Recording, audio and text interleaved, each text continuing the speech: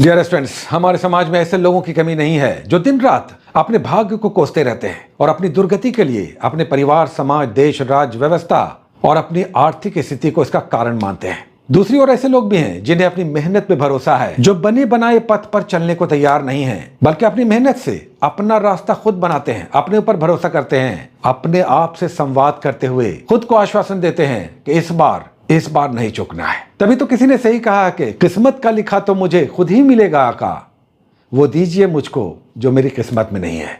तो किस्मत के भरोसे नहीं बल्कि अपनी मेहनत के भरोसे अपने भाग्य को बदलने की क्षमता रखने वाले लोग अंततः सफल होते हैं। चलिए आज स्टार्ट लेंगे क्वेश्चंस ऑफ द डे का। सबसे पहले आज के क्वेश्चन सुन लेते हैं। पहला क्वेश्चन आज वेरी वेरी इंपॉर्टेंट, इकोनॉमी का है, अर्थव्यवस्था का है, और यह है योजना प्लानिंग। 12 योजनाएं जो चली, उसके बाद नीति आयोग आ गया। इन सारे 12 योजनाओं को, पंचवर्षीय योजनाओं को, 5 ईयर प्लान को ज्यादा नहीं पढ़ना है, बस ये जानना है, समझना है कि किस प्लान में, किस योजना में क्या फोकस पॉइंट था। जैसे औद्योगिक विकास, गरीबी हटाओ किस प्लान में आया, कौन रोलिंग प्लान कहलाता है, कौन प्लान हॉलीडे कहलाता है, कौन हैरोल्ड डोमर योजना पर आधारित था, महालनोबिस योजना कौन सी थी। तो कुल 12 पंचवर्षीय योजनाएं, इन्हें ही समझना है और शॉर्ट में समझना है। ये कहां मिलेगा? इकोनॉमी के बुक में, आपके गाइड बुक में मिल जाएगा।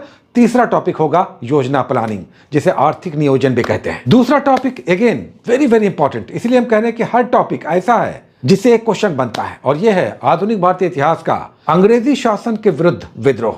लाइक अहोम विद्रोह, वेलुथम्पी विद्रोह, विजयनगरम विद्रोह, ये सब विद्रोह कहां, किस वर्ष, किसके नेतृत्व में हुए, इसे आपको समझना है। ये एक दिन में नहीं होगा, बल्कि ध्यान रखिए हम आपको 30 दिन का टारगेट लेकर चल रहे हैं। अगर कोई बड़ा टॉपिक है जिसमें बहुत सारे फैक्ट्स हैं तो उसे एक दिन में मत कीजिए, बल्कि उसे 30 दिनों में बांट दीजिए कि 30 डेज के बाद इससे क्वेश्चन नहीं छूटेगा। उसके बाद करंट अफेयर्स का टॉपिक आता है। करंट अफेयर्स का आज का टॉपिक है MOU यानी समझौता ज्ञापन। विभिन्न देशों से भारत अलग अलग मुद्दों पर द्विपक्षीय या बहुपक्षीय समझौते करता है, जिसे MOU मेमोरेंडम ऑफ अंडरस्टैंडिंग कहते हैं, हिंदी में समझौता ज्ञापन। तो 2023-24 के जो आपकी गाइड बुक में मिल जाएगा, समझौता ज्ञापन इसका हेडलाइन होगा। जैसे लिथियम की खोज और खनन पर भारत ने अर्जेंटीना के साथ MOU साइन किया है।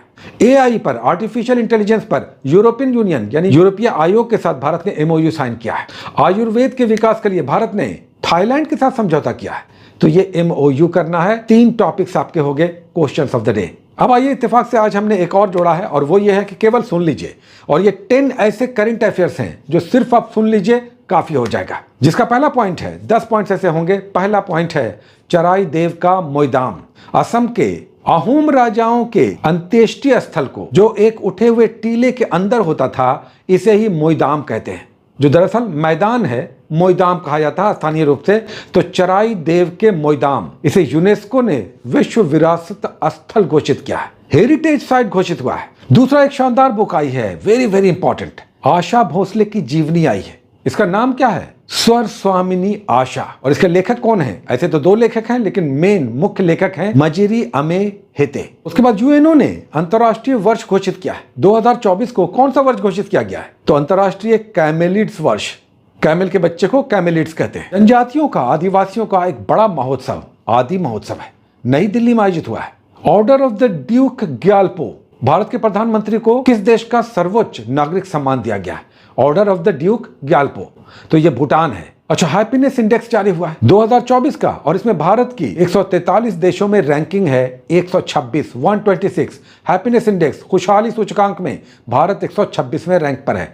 टॉप पर कौन है? यानी विश्व का सबसे खुशहाल देश है फिनलैंड। उसके बाद शंघाई सहयोग संगठन का शिखर सम्मेलन हुआ है, SCO, कहां हुआ है? कजाकिस्तान में, अस्ताना में। अच्छा, एक बड़े ऑर्गेनाइजेशन का हेड इंडियन भारतीय चुना गया है। इंटरनेशनल क्रिकेट काउंसिल ICC के चेयरमैन चुने गए हैं जय शाह। और लास्ट, अंतिम, खेल रत्न पुरस्कार 2023 का 2024 में दिया गया है, मेजर ध्यानचंद खेल रत्न पुरस्कार, देश का सबसे बड़ा स्पोर्ट्स अवार्ड, और यह दिया गया है 2 बैडमिंटन खिलाड़ी हैं, चिराग शेट्टी और सात्विक साईराज। तो ये था 10 करंट अफेयर्स। ये सब तो आ रहा है, लेकिन मेरा एक ही क्वेश्चन आपसे है कि आपको ये सब जो हम दे रहे हैं, क्या इसे आप कर रहे हैं?